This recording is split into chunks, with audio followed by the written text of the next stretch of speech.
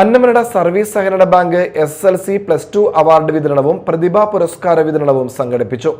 മന്ത്രി OJ ജനീഷ് പരിപാടി ഉദ്ഘാടനം ചെയ്തു. എല്ലാ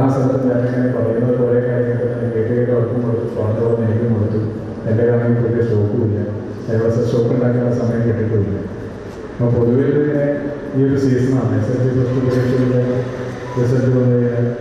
പിന്നെ നമ്മുടെ മോദനങ്ങളിലേക്ക് കാലമാണ്.